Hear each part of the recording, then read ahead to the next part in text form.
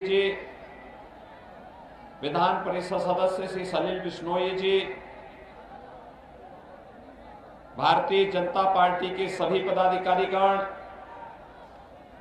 रमेश गुप्ता जी, विधानसभा के प्रभारी और संयोजकगण, भाइयों बहनों,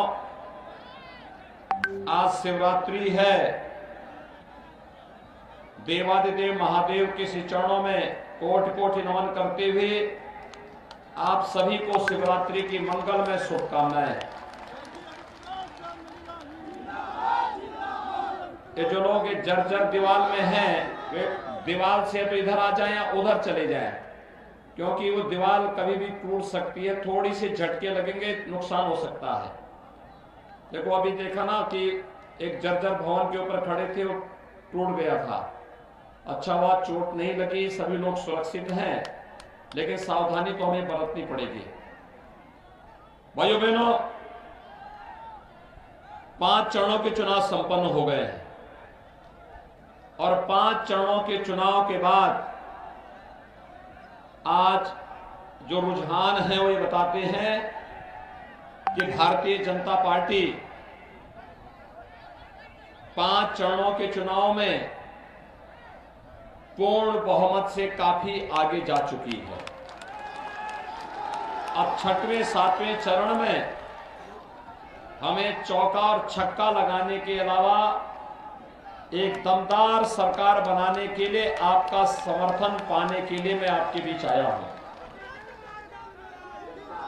जान रहे हैं ना, सरकार औपचारिकता नहीं, बल्कि सरकार इसलिए जो दमदारी के साथ विकास का कार्य भी कर सके, दंगाइयों को रोक सके, गरीबों के घर तक योजनाओं का लाभ भी दे सके और पेशेवर माफिया और अपराधियों को बुलडोजर से सही रास्ता भी दिखा सके। ऐसी सरकार आप चाहते हैं क्या? अच्छा, मुझे बताओ, ये तथागत की भूमि है। देश और दुनिया तथागत की इस भूमि के प्रति बहुत श्रद्धा भाव रखता है। भाइयों बहनों, मुझे बताइए, क्या 2017 के पहले बिजली मिलती थी? क्या आती थी? सच बोलना। आज आ रही है। बिजली में कोई भेदभाव तो नहीं होता है। देखो, 2017 के पहले बिजली की भी जाति थी, उसकी भी मजहब था। ईद और मुहर्रम में बिजली रहती थी, होली दीपावली में गायब हो जाती थी। सही बोल रहा हूं मैं? गलत तो नहीं बोल रहा हूं ना? देखो, मैं आया था इसी के बगल में, आज से लगभग 7-8 साल पहले 2 यादवों की हत्या हुई थी कि नहीं हुई थी? और समाजवादी पार्टी की सरकार थी। समाजवादी पार्टी के नेता जब आए थे, उनके मंत्री जब आए थे, हत्यारों के घर में गए थे। उन 2 यादव परिवारों के घर में नहीं गए थे। मालूम है ना?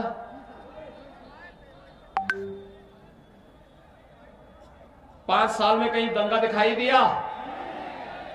और पहले तो हर महीने मुझे आना पड़ता था आपके यहां, हर महीने आना पड़ता था। हाँ,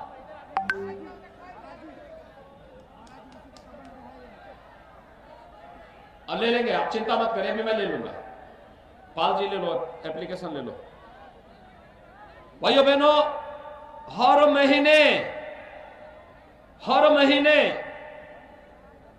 दंगे होते थे और मुझे आपके सिद्धार्थनगर जनपद में आना पड़ता था कि नहीं आना पड़ता था?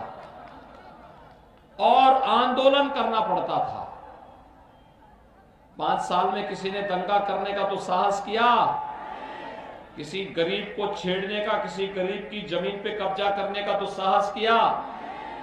भाइयों बहनों, हमारी सरकार दंगाइयों को रोकने वाली, बिना भेदभाव की सुरक्षा प्रदान करने वाली सरकार है ना? आप मुझे बताओ, जब यहां पे उन 2 यादव नौजवानों की हत्या हुई थी, दोनों मेहनत करते थे, दूध बेचते थे और तब अपने परिवार की परवरिश करते थे, किसी के सामने हाथ नहीं फैलाते थे, और उनकी निर्मम हत्या होती है।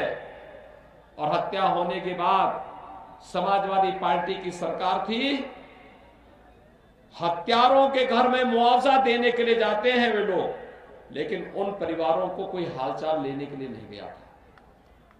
भाइयों बहनों, ऐसे लोग थे।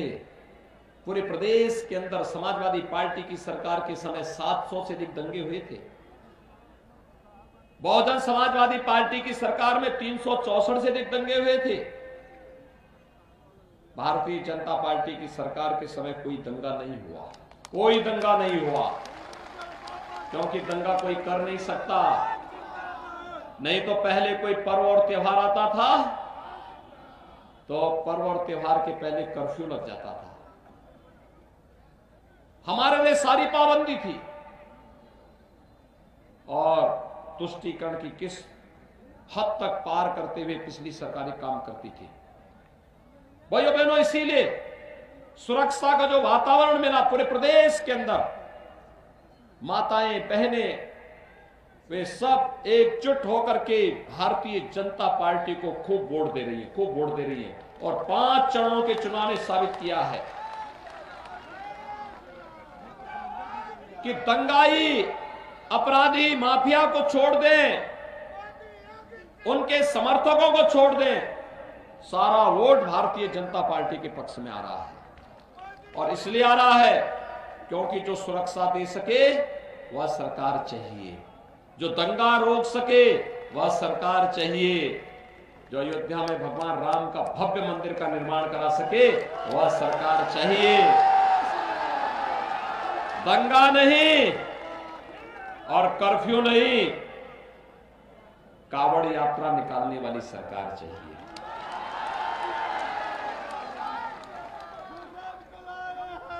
भाइयों बहनों,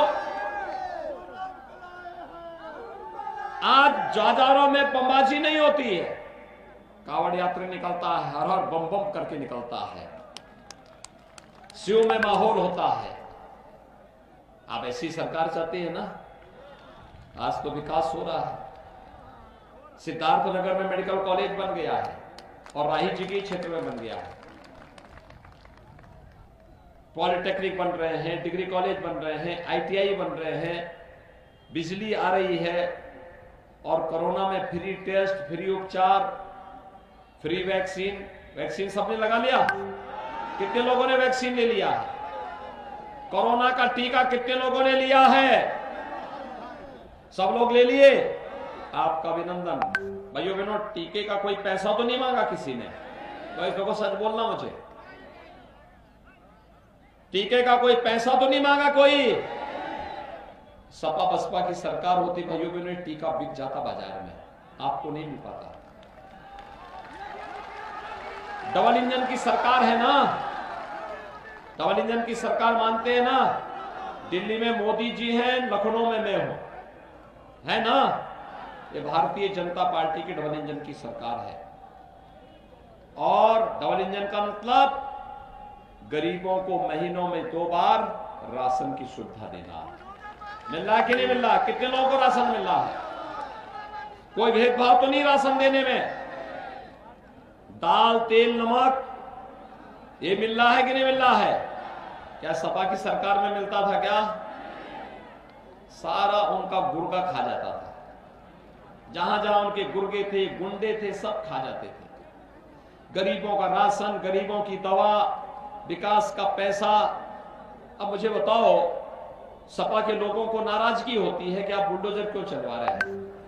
मैंने कहा बताओ, तुम गरीबों का राशन खा जाओ, विकास का पैसा खा जाओ, और तब भी हम चुप बैठेंगे? मुझे हर गरीब के घर राशन भी पहुंचाना है, फ्री में दवा की व्यवस्था भी करनी है, विकास भी करना है, मेडिकल कॉलेज भी बनाना है। इसके लिए पैसा चाहिए, और पैसा माफिया और अपराधियों को रौंद करके ही पैसा निकलेगा। अवैध कमाई का पैसा निकालेंगे, गरीबों में बांटेंगे। परेशान है सब, 5 चरणों के चुनाव के रुझान के बाद सपा बसपा के तो कई नेताओं ने विदेश भागने की टिकट बुक करवाने शुरू कर दी, और वही नहीं कराया है। अब तो लोगों ने, जो उनके छुटभैया गुर्गे हैं, वे जब विदेश भागने के लिए उतनी सुविधा नहीं उनके पास, तो ये नेपाल भागना चाहते हैं। नेपाल बॉर्डर पर भी सख्ती करवा दी गई है, पूरी सख्ती कि इनको रोकी दो अब 10 तारीख तक। भाइयों बहनों, अभी तो ये झलक है, 10 तारीख के बाद जब सरकार आएगी, उज्ज्वला योजना की हर लाभार्थी को हर होली और दीपावली को फ्री गैस सिलेंडर भी उपलब्ध करवाएंगे।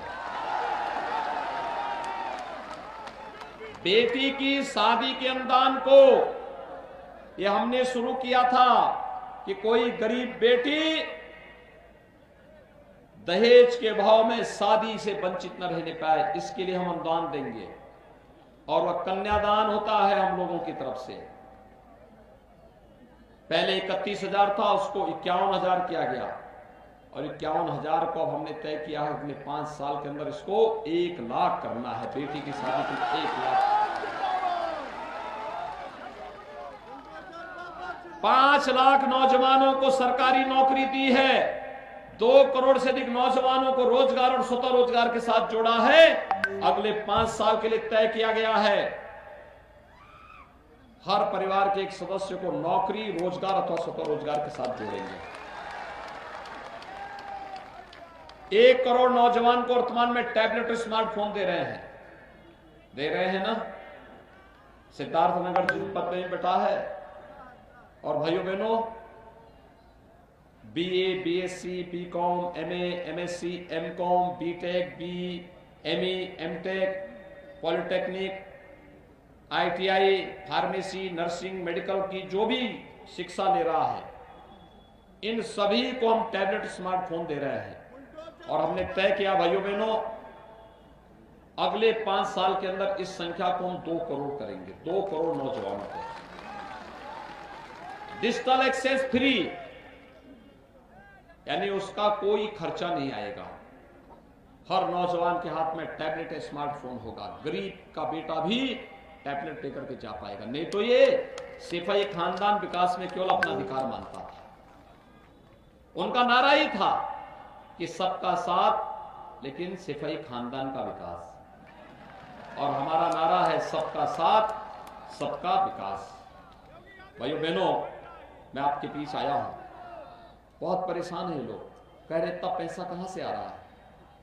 मैंने कहा देखो, पैसे की कमी नहीं है, ये तो तथागत की धरती है, भगवान राम की धरती है, भगवान कृष्ण की धरती है, बाबा विश्वनाथ की धरती है, मां गंगा और यमुना के संगम की धरती है। यहां किस चीज की कमी होगी? यहां तो साक्षात शंकर के दर्शन होते हैं। यहां पे तो भगवान राम साक्षात दर्शन देते हैं। यहां किसी चीज की कमी नहीं। नियत साफ होनी चाहिए, नियत साफ होनी चाहिए।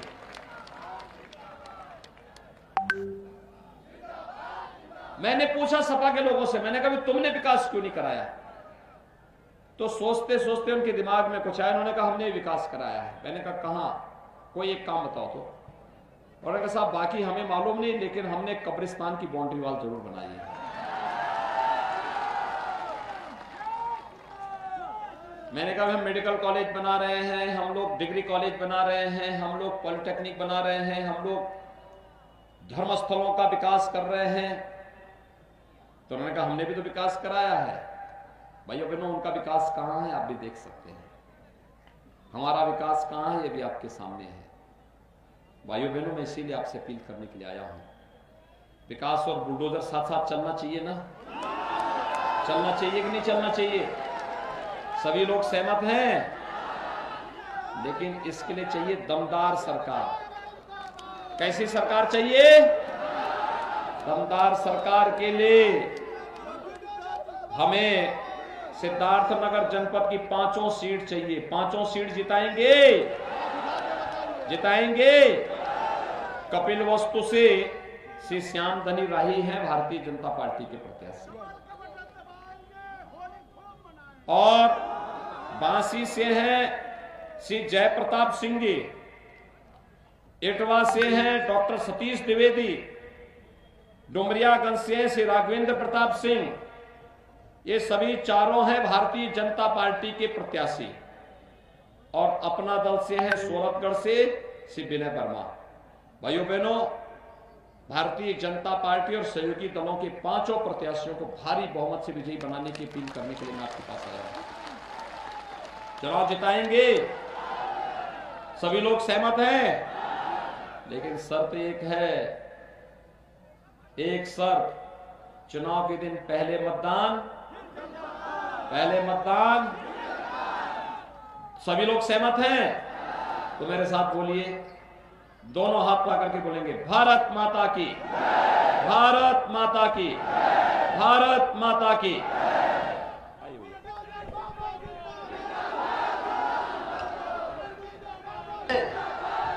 इस जिले के